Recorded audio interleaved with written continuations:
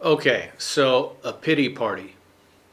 A pity party is something negative we say to describe self pity. And self pity is almost universally seen as being a bad thing. Why? Because everybody has hard situations, right? And there's almost like no benefit to it. So, like I give myself a certain period of time for self pity, and I throw my own little pity party, and then I'd move on, right? So if I get a bad grade or something like that, I might throw a little pity party for myself and pity myself. And while life is not fair, I didn't have the same advantages as that person, Or, you know, if if my salary isn't as good as it really should be, or if I don't have like for example, uh, I really some people their parents pay for their college and they start when they're like 18. I paid for my own way, and didn't start till I was like 24. But I don't like throw a pity party for myself. It is what it is, right? And this is something that like my dad used to say. He would say, "Oh, don't feel sorry for yourself." That's another way to say self pity. Uh, but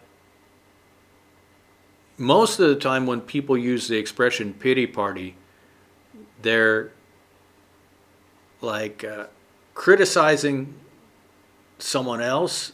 So, like one YouTuber I follow does reviews of different phones and stuff like that.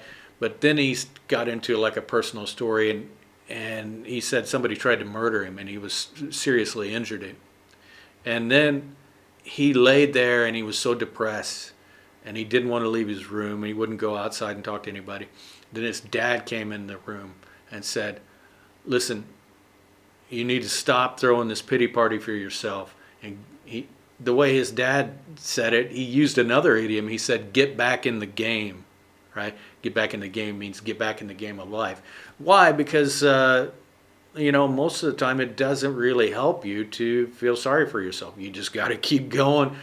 And here's another idiom. Oh my God. Play the cards you're dealt. You got to play the cards you're dealt, which means life gives everybody some cards, like in poker, and you got to play the cards that you're dealt. It is what it is. God, I use so many idioms. It's why this channel exists, right? It is what it is. So, uh, and a lot of times they're telling a story, like let's say some um, Jewish person is talking about how they struggled with discrimination, maybe on like a TED Talks or something, and they'll say, "But this is not a pity party," or "I'm not throwing a pity party. This is not what this is about. I'm talking about how to overcome situations. It's a story of victory and whatever." Or somebody, like I saw this TED Talk where this guy had some very serious injuries. He didn't have any arms, right? And he said, "But this is not a pity party. This is how I try to push through that and get busy doing something," right? So anyway, pity party is just another way of saying self pity, feel sorry for yourself, and self pity, feel sorry for yourself, and pity party all really mean the same thing. Okay, but pity party is it's kind of a catchy sound, right? Pity party, pity party. Stop throwing a pity party. Oh yeah, so this your buddy, he broke up with his girlfriend and he's drinking and crying, right?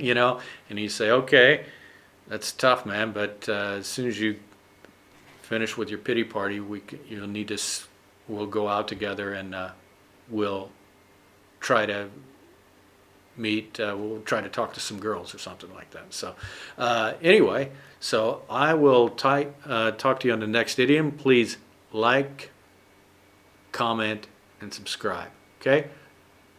Talk to you later.